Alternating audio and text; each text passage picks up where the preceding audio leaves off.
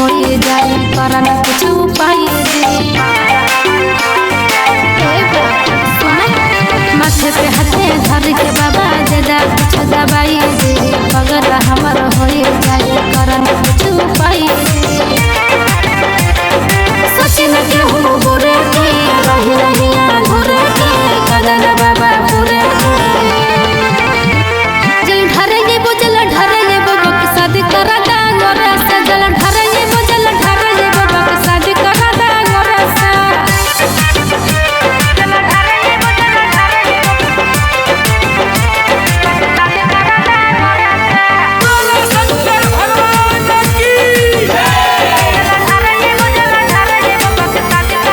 दूध वाला जल भंग से बाबा तोरा हम न है बोझे सट करा दा जनुआ से तोहर गुण गान गए बोझे दूध गंगा जल भंग से बाबा तोरा